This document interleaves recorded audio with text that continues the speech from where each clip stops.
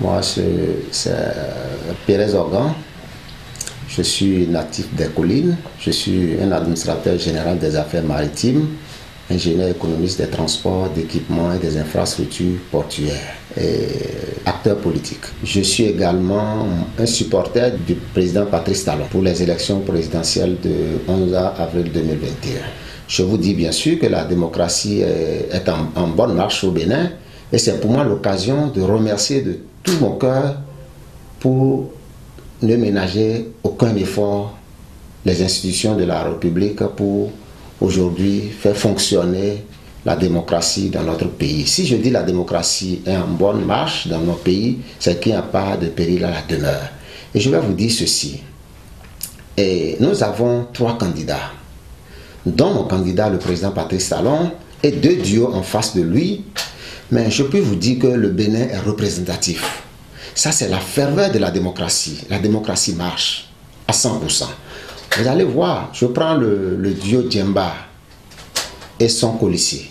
C'est le nord jusqu'au centre, ils sont représentés. Le duo Agossa et René, le centre, le sud, tous les contrées du sud sont représentés parce qu'ils viennent des grandes formations politiques que nous n'ignorons pas. Donc, pour mon point de vue, je tiens à remercier très sincèrement les institutions qui ne ménagent aucun effort pour la bonne marche de la démocratie dans notre pays. En ce qui concerne l'alternance, je puis vous rassurer que le Bénin, en matière d'alternance, le Bénin a fait une avancée très remarquable dans le monde entier. Si je vais dire, je me prononce. Prenons le cas à partir de la Révolution. Il y avait une alternance.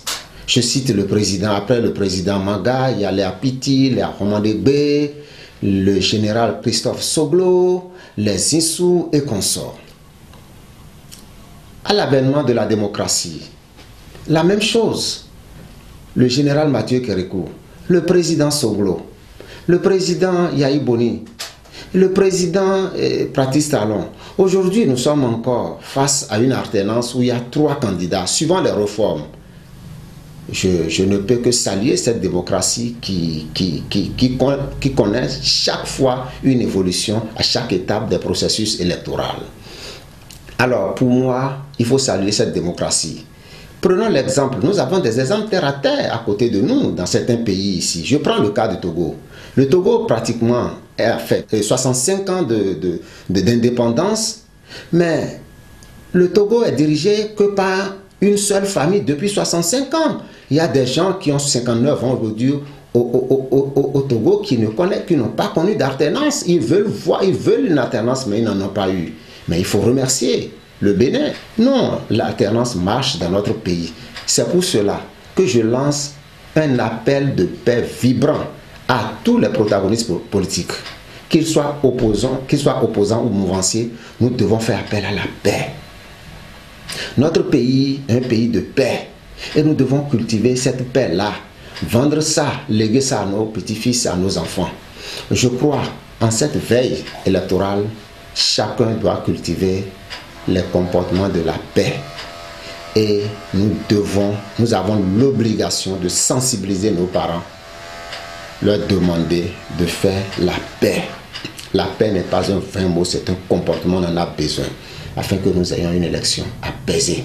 Sur ce, déjà, nous sommes déjà dans la marche depuis quelques semaines avec des camarades, toujours pour prôner la paix. Et c'est pour cela, d'ailleurs, nous avons des activités en cours. Je crois le week-end prochain, on a une activité qui va nous conduire à une marche de paix dans le département des collines nous allons marcher dans toutes les 6 communes et voir les arrondissements pour demander à nos parents de faire la paix. De faire la paix et ne jamais céder à la fatalité. La paix se négocie, la paix s'achète, la paix est un comportement. On ne négocie jamais la paix avec la violence. La violence ne fait jamais la paix. Sur ce, nous appelons les uns et les autres à un comportement de paix, à des actes de paix pour que nous ayons une élection apaisée, transparente et équitable. Et je crois que c'est ce que nous pouvons pour le moment dire. Et le reste, nous allons continuer de sensibiliser nos parents pour la paix pendant et après les élections. Je vous remercie.